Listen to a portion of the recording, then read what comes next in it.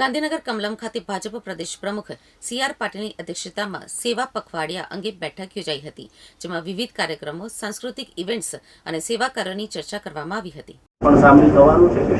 સંઘ પોતે જ્યારે સંઘની સ્થાપના થઈ હતી 1925માં અને 2025માં એને 100 વર્ષ પૂરા થઈ રહ્યા છે અને એમણે આખા દેશભરમાં અલગ અલગ કાર્યક્રમો દ્વારા એમણે 4,999 જે સંસ્થાઓ છે જે સંઘ દ્વારા ચલાવવામાં આવે છે, સેવાકીય પ્રવૃત્તિ કરી રહ્યા છે, એવા સ્થળોને, એવા લોકોને આમાં જોડવાનો પ્રયત્ન કરી રહ્યા છે. એમાં જે એમના દર વખતે દસરા વખતે એક સંચાલન હોય છે, એની અંદર પણ 1 લાખ લોકો જોડાય એવા 4 જગ્યા, 4 સ્થળો એમણે આખા દેશમાં નક્કી કર્યા છે. એટલે એની માહિતી આપવા માટે જ એમની ઉપસ્થિતિ હતી.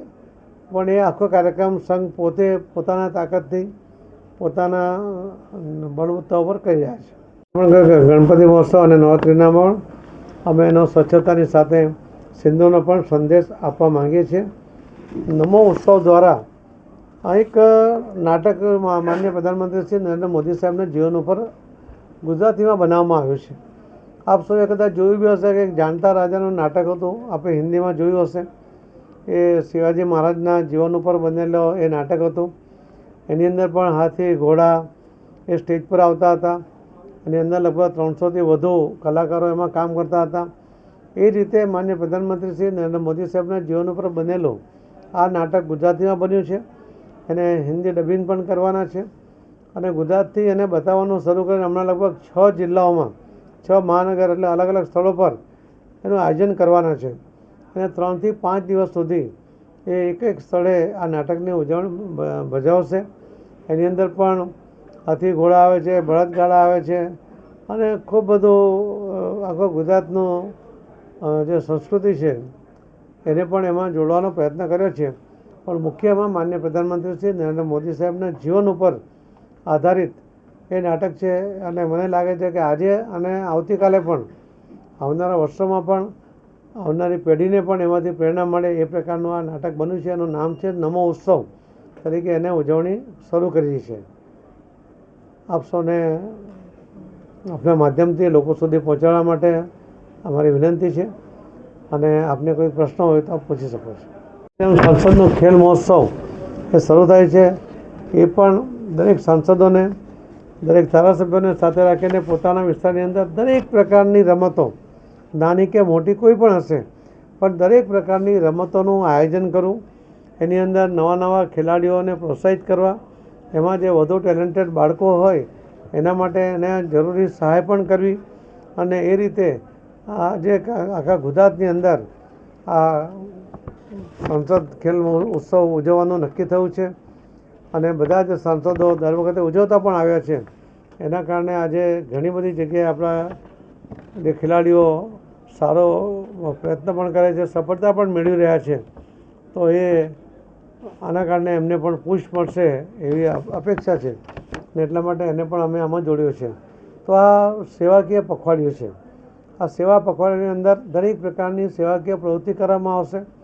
દરેક ધારાસભ્ય, દરેક સાંસદ, દરેક જિલ્લા પ્રમુખો એ દરેક જણ પોતાના વિસ્તારમાં થયેલા કામોનો ફોટો કે વિડીયો સાથે રોજે રોજ એ પ્રદેશ કાર્યાલયમાં એનું રિપોર્ટિંગ કરશે. અને એને અમે અહીંયા દરેક જિલ્લા વાઇઝ કેટલું કામ થયું છે એની ઉપર પણ ધ્યાન આપીશું. જે સ્થાનિક અને પરંપરાગત રમતોનું પ્રાધાન્ય આપવાની સાથે સાથે આપણે સરદાર વલ્લભભાઈ પટેલની 150 કિલો એમના 31 ઓક્ટોબરની જન્મજયંતિ નિમિત્તે કરમસદથી સ્ટેચ્યુ ઓફ યુનિટી સુધી 150 કિલોમીટરની એક પદયાત્રા કરીએ છીએ.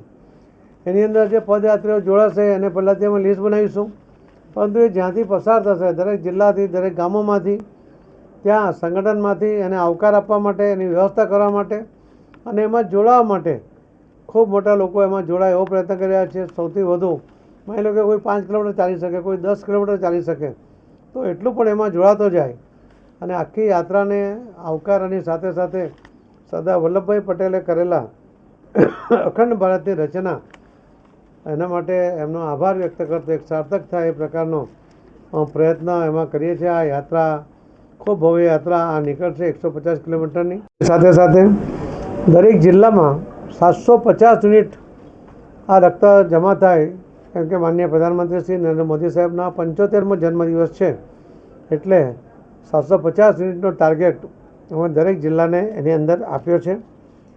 સમાજ, કોલેજો અને સામાજિક સંગઠનો પણ સાથે મળીને આમાં આયોજન કરશે. દિવ્યાંગો માટે પણ એમનું જીવન સરળતાથી જીવી શકે, એ આર્થિક ઉપાર્જન કરી શકે, એના માટે પણ એના કાર્યક્રમો કરવાનું નક્કી કરવામાં આવ્યું છે.